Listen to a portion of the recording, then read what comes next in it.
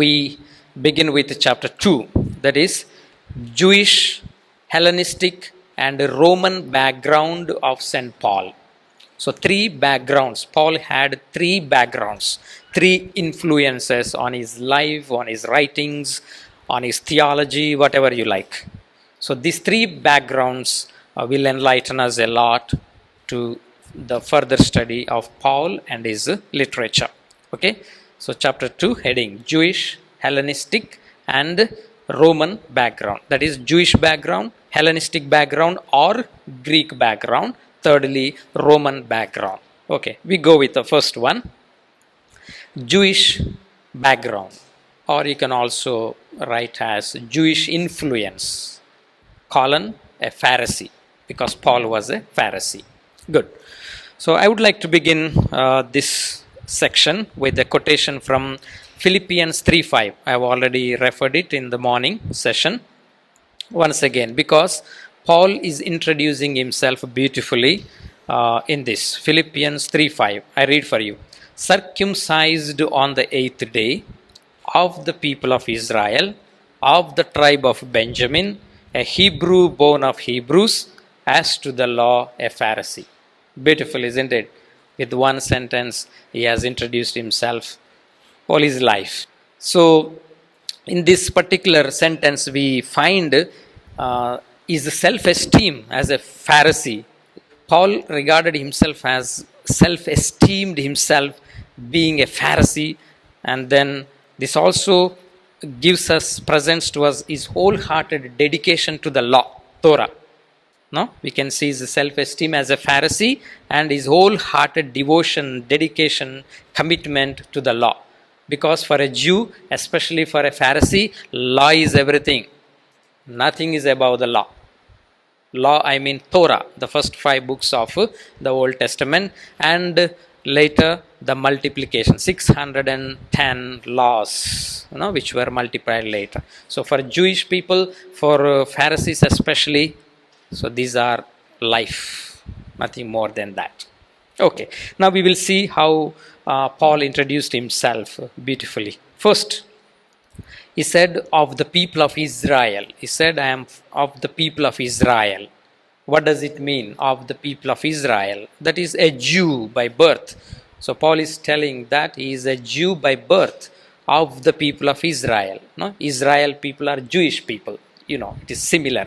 So when Paul said of the people of Israel, he meant that he is a Jew by birth. He belonged to the tribe of Benjamin, that we have already seen in Philippians 3:5. Then that claim is also repeated in Romans 11:1, coming from the tribe of Benjamin. So at least twice he has mentioned. First in Philippians 3:5, the same claim he has repeated in Romans 11:1. So Paul is from the tribe of Benjamin. So 2 references we have. Then second one, Paul describes himself as a Hebrew born of Hebrews. Israelite people are also called as Hebrews, but he uses that exclusively, that expressions. A Hebrew born of Hebrews. So what does it mean? So Hebrew born of Hebrews is more a specialized expression than Israelite. So it's a more specialized expression than Israelite or Jew.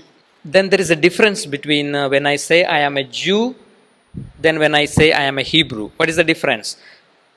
When I say I am a Jew, it is more religious centered, because Judaism is a religion. I am a Jew, it's a religious centered. When I say, or when I means Paul, Hebrew, then it is language centered. See that difference, please note down. Then third one, as to the law, a Pharisee. That's how Paul introduced. So having studied under the famous Rabbi Gamaliel, a leading Pharisee of his time, he had a rabbinic training. So he claims in his introduction, he also claims that as to the law. Reference to Gamaliel, you find it in Acts of the Apostles, chapter 22:3, apart from Philippians 3:5. Then 2 more references where he claimed that he is a Pharisee. In Acts 26:5, that is the declaration that Paul makes before King Agrippa. In Acts 26:5, He says, I belonged to the strictest sect of our religion and lived as a Pharisee. Then another time he also makes his claim before Sanhedrin, that we find in Acts 23:6. So the claim was that he was a Pharisee, a son of a Pharisee, in front of the Sanhedrin. Now, since Paul is a Pharisee, and then that Pharisaic influence is very much in his writing, so I would like to give a little background to Pharisees. Very often we also listen in the Gospels, Pharisees, Sadducees, scribes, and so on. So I would like to give a little background of what is Pharisees, Pharisaism, from where this sect came, and so on. Okay, the word Pharisee actually comes from the ancient Greek word pharisaios. Then Hebrew it is purism. Then in Aramaic, perizaya. What does it mean? It means separated. The literal meaning of Pharisee means separated, or the separated ones, or separators. Separated, separate ones, or separators. To set apart. That's the meaning. That is, distinguishers and expositors of the law. So they are set apart, separated for the law, to expose the law, distinguish the law. In other words, they were interpreters of the law, very leading sect within Judaism among all the sects. So now, from where did they come?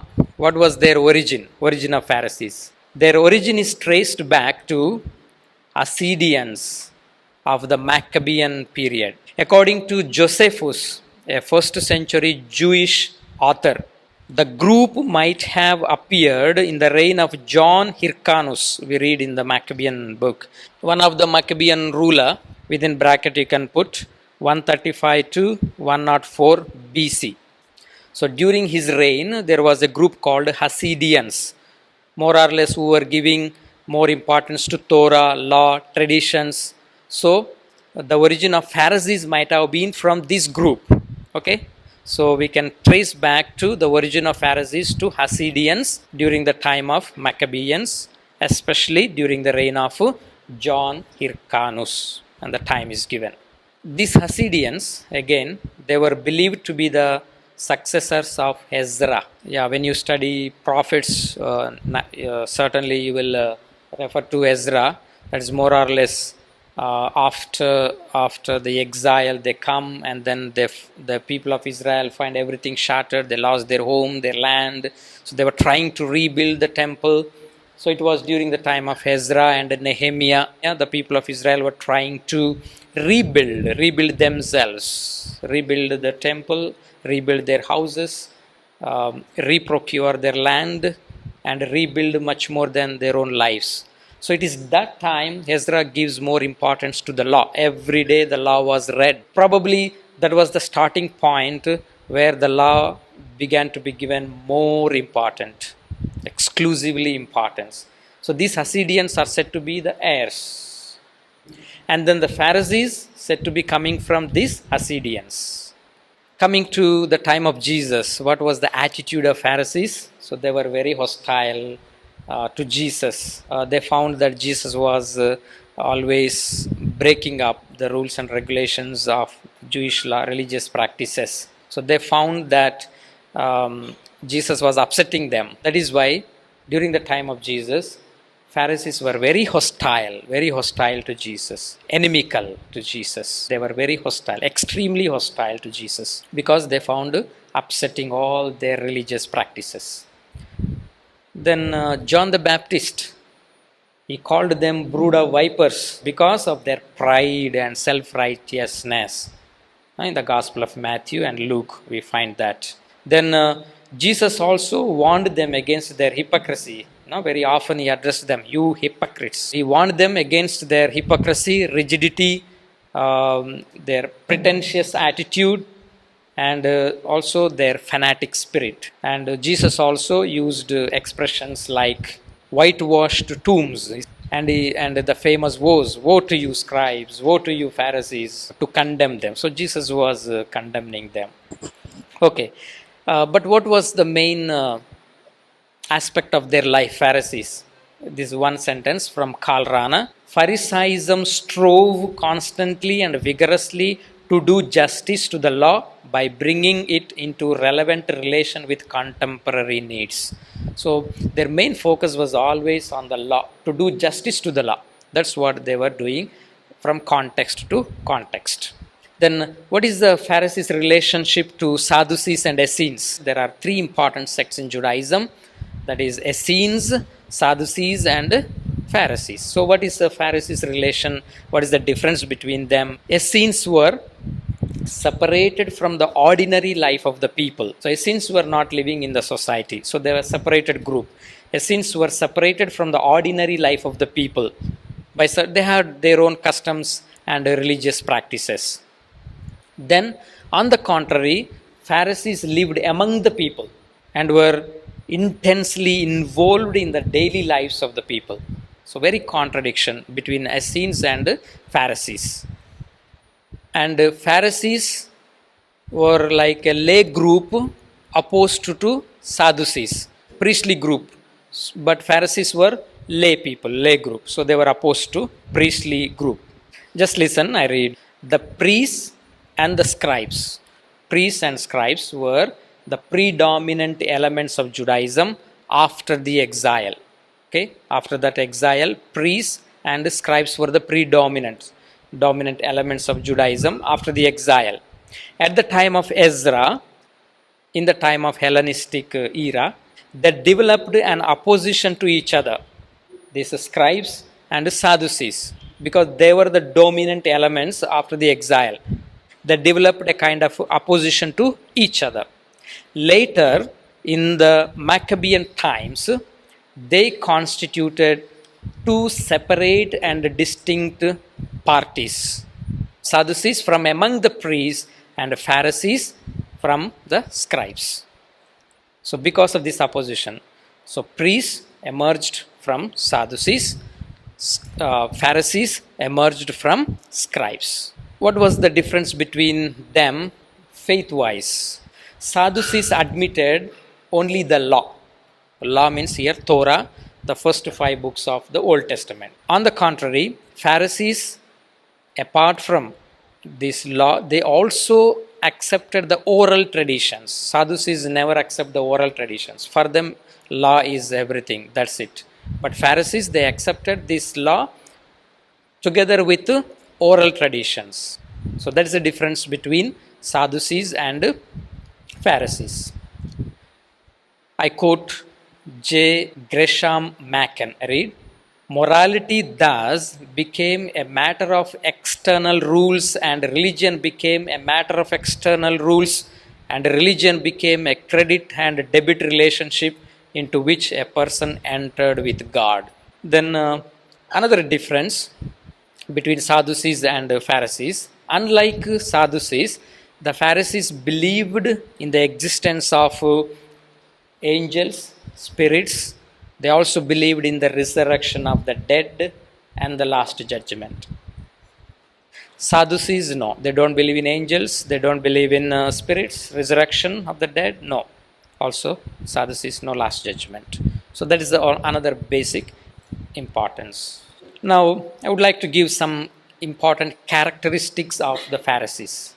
First of all, they were noted for their scrupulous practice of the law. Scrupulous means like blindly, because for them law is everything. Blindly they follow the law. So they were noted for their scrupulous practice of the law and its regulations. And they regarded Judaism as a religion centered upon the observance of the law. That is why they were always trying to find fault with Jesus and apostles. The Torah was regarded as a fence protecting them, especially from the Greek world, because Greek culture, Greek philosophy was a dominant time. So even Jewish religion, Judaism also got influenced into that. So they made this Torah like a fence to protect themselves from other influences. So Torah was everything. I quote one scholar, the Torah meant to the Jews the sum and substance of all that is good and beautiful, of all that is worth knowing. That means Torah, law is everything from them. That is from Introduction to the Talmud and Midrash. That is the book by H.L. Strack. Now, what mattered most to them was perfect observance of rules, even at the cost of love. So, what mattered most to the Pharisees was perfect observance of rules, even at the cost of love. That is why Jesus gave so many parables. Good Samaritan, so a good story, lost sheep, lost coin, and so all these parables, to teach lessons go beyond the law. So that is why later Paul proclaimed the supremacy of Christ over the law. So Christ was the law. So that Paul was proclaiming the supremacy of Christ over the law. I put one question here. Why Paul was against Christians? So now we have studied what was Pharisees, their characteristics, their attitude, their mentality. So keeping in mind that background, so we can very well answer this question. Why was Paul persecuting Christians? Naturally, it was because of his religion, because of his importance to law. He was very zealous for Judaism. To him, being separated from Judaism meant being alienated from the law. Being alienated means separated from the law, from synagogue, and from good works. So for a Pharisee or for a Jew, getting out of Judaism means it is getting out from the law, which is life, which is sum and substance of their life. So they cannot imagine that. Such a separation, such alienation was a big sin for Jewish people. That is being against Judaism. And that was exactly what the followers of Christ were doing. So naturally, Jewish people wanted to put an end to this new way started by the believers of Christ. So that's one. These are some of the basic reasons why Paul was persecuting Christians. In Galatians 1:14, we read, Paul says, I advanced in Judaism beyond many of my own age among my people. So extremely zealous was I for the traditions of my fathers. I mean, later he's writing why he was like that. Why was he persecuting Christians? He writes, because I was so zealous, ardent. So as long as Paul was an orthodox, a strict follower of Judaism, so it was natural for him to persecute Christians. And the second point, salvation for a Jew was unthinkable outside of Judaism, because Christians were claiming that salvation is through Christ. Christ is the Lord. So for Jewish people it is unthinkable. So this movement, so it was a conflict with the orthodox Jewish view of the law, because this new movement challenged the traditions, the temple worship, and their exclusive claim of salvation. This new movement, Christianity, it challenged their traditions, the temple worship, and their exclusive claim to salvation. So, Pharisee like Paul, single-hearted devotion to the law, an Orthodox Jew, so naturally would go for this persecution. So we have enough and more reasons why was he persecuting Christians. So naturally, all the Jews, especially Paul, was intolerant of any other religion, except Judaism, because it's a devotion to Torah, observance of the law, all that what I said. Then I give one reference where we find Paul's devotion to Torah. So his devotion to Torah is clearly seen in Philippians 3:6. Philippians 3:6. Paul writes, I was above reproach when it came to justice based on the law. Philippians 3:6. Then another question I would like to pose. Did Paul meet the historical Jesus? Did Paul see Jesus, the physical Jesus? But there were also scholars, very few scholars, who argued also that Paul could have met, because the age difference between Jesus and Paul is 10 to 15 years. Naturally, they were contemporaries. And Paul was educated all the time in Jerusalem. Most of his life was in Jerusalem for rabbinic training. Jesus was in Jerusalem. Was there a possibility? Might have seen, not might have seen. These few scholars who argued that Paul might have seen, they based their argument from 2 Corinthians 5:16. I will read and then 2 Corinthians 5:16.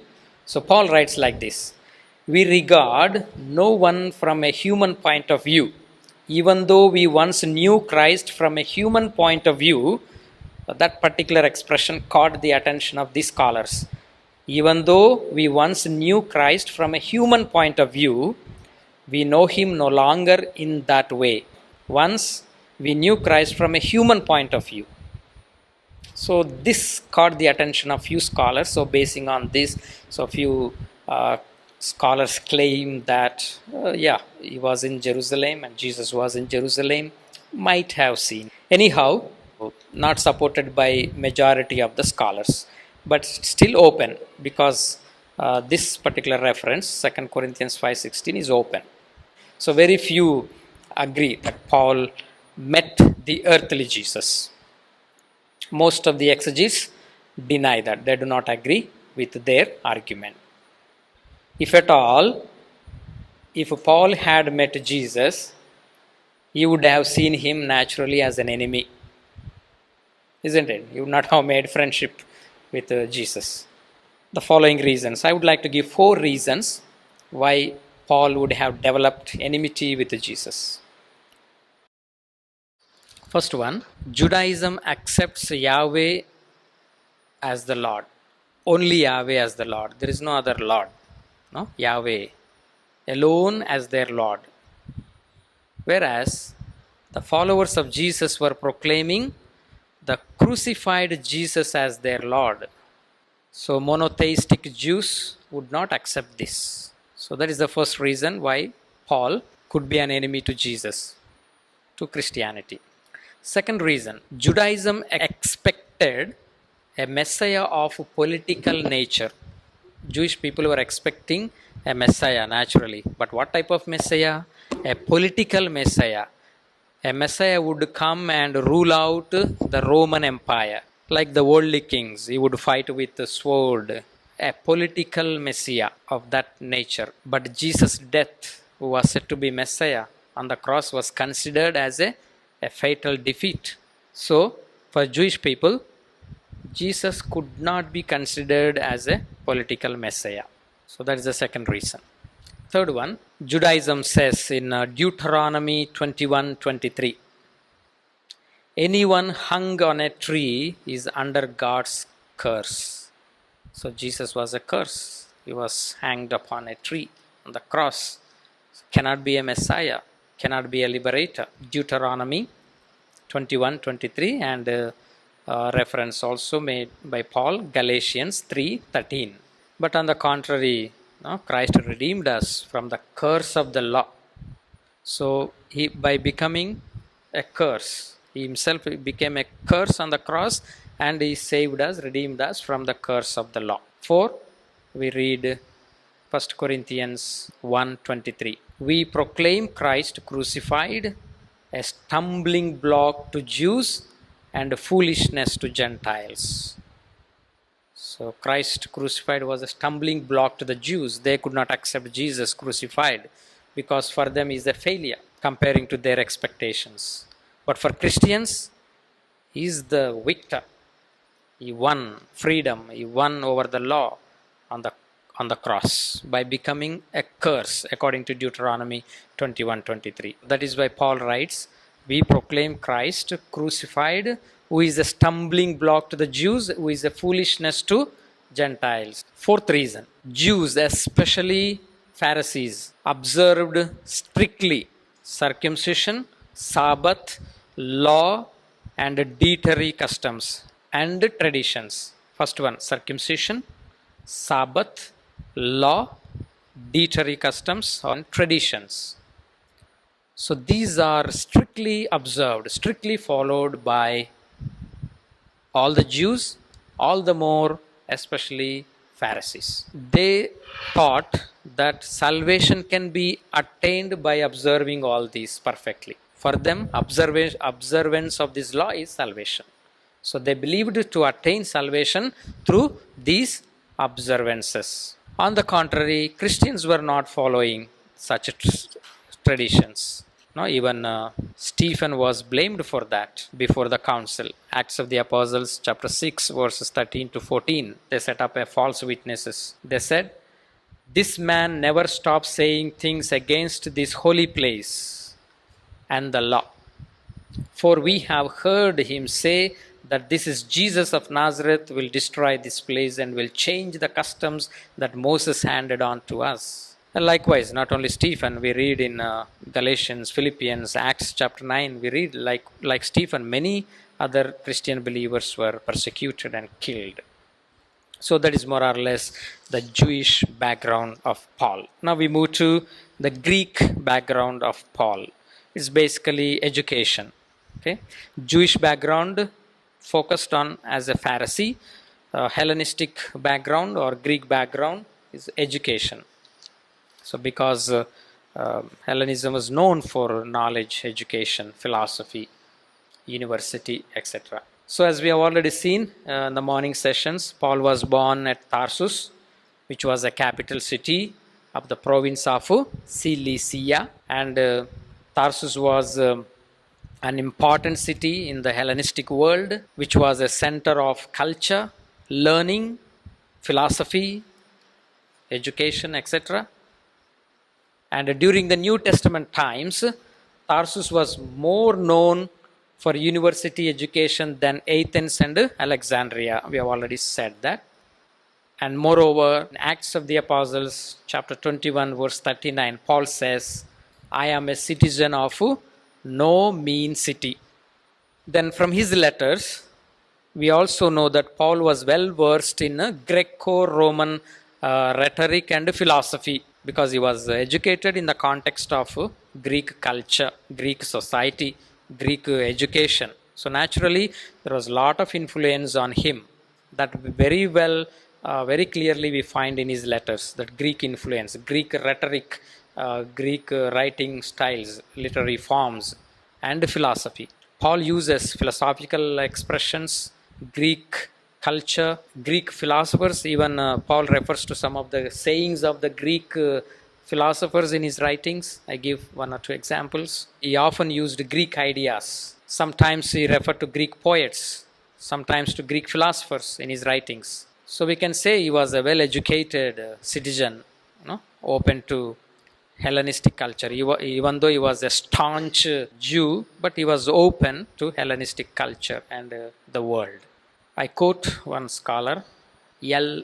Cherfox. I read, "There is a direct and conscious influence upon Paul by the terminology of popular Stoicism." Stoic philosophy is a Greek philosophy. Paul borrows from it certain words, some points of style, and even a few themes. He learned a number of elements of Greek culture, concepts, and ideas. Now I give examples. Ideas like freedom, reason, nature, conscience, virtue, duty. See, all these are expressions coming from actually Greek philosophy. So Paul has taken that. Then use of images and terms like commonwealth is coming from Greek background. Commonwealth, Philippians 3:20. Then fellow citizens. Paul uses that expression, fellow citizens. Ephesians 2:19, then account Philemon 18, then another last one, slave free, free slave or slave free, 1 Corinthians 7:22. So Paul had thus a great influence on himself, on his personality, especially in his writings. Now let me explain one or two differences between Hebrews and Hellenists. Generally, Hebrews attended synagogues where the service was conducted in Hebrew and used Aramaic as their normal language of speech, whereas Hellenists spoke Greek and attended synagogues where the scriptures in Greek, that is Septuagint, were read and the prayers recited in Greek. So many of the Hellenists in Jerusalem would have roots in the lands of the dispersion, like Cyrenians, Alexandrians, and people from Cilicia and Asia who attended the synagogues. We can refer to in Acts 6:9. Then in the Greco-Roman world, the Hellenists would be the majority of resident Jews. And a Jew born in a Greek-speaking city like Tarsus would naturally be expected to be a Hellenist. Now let us reflect the third influence that Paul had, namely Roman influence as a Roman citizen. We see in his letters as well as in the Acts of the Apostles especially, Paul is proud of his Roman citizenship. And Paul acquired this Roman citizenship by birth, as we see in the Acts of the Apostles, chapter 22, 27 following, chapter 16, 37 following, and 25, 8 following. Therefore, since he had a Roman citizenship, he was exempted from tax levies. And we know Jesus and the apostles did not have this privilege and they paid tax to the Romans. Now, to get Roman citizenship, there are three ways. One can gain Roman citizenship by birth, like Paul. And secondly, one can buy the Roman citizenship. For example, we see in Acts 22:8, the tribune answered, I bought this citizenship for a large sum, to which Paul replied, but I was born a citizen. And as a Pharisee, Paul would not have bought it, not as soldier to get it as well. And the third way to acquire Roman citizenship was based on merit. Probably Paul's father or grandfather had rendered some outstanding services to the Roman cause in the Roman administration, and so they might have got the Roman citizenship. Roman citizen had three rights, namely rightful place, individual inquiry, and no common punishment such as being beaten, flogged, and crucified. So it implied that it is a breach of the law for a Roman citizen to be bound. It is a crime for him to be beaten, says Cicero in his writings. And we read in Acts 16:37, beaten us in public, condemned men who are Roman citizens and have thrown us into prison. Acts 22:29, who were about to examine him drew back from him, and the tribune also was afraid, for he realized that Paul was a Roman citizen and that he had bound him. And in Acts 25:9-12, Festus, wishing to do the Jews a favor, asked Paul, do you wish to go up to Jerusalem and be tried there before me on these charges? For which Paul replied, I am appealing to the emperor's tribunal. This is where I should be tried. I have done no wrong to the Jews, as you very well know. Now, if I am in the wrong and have committed something for which I deserve to die, I am not trying to escape death. But if there is nothing to their charges against me, no one can turn me over to them. I appeal to the emperor. That's how Paul replies. So, wherever Paul was, the power and majesty of Rome were behind him, and its authority Paul respected very much. References Romans 13:1-5 and 1 Timothy chapter 2 verses 1-3. So with this we conclude Roman influence on Paul. Thus we conclude the topic on Jewish, Hellenistic and Roman influence on Paul.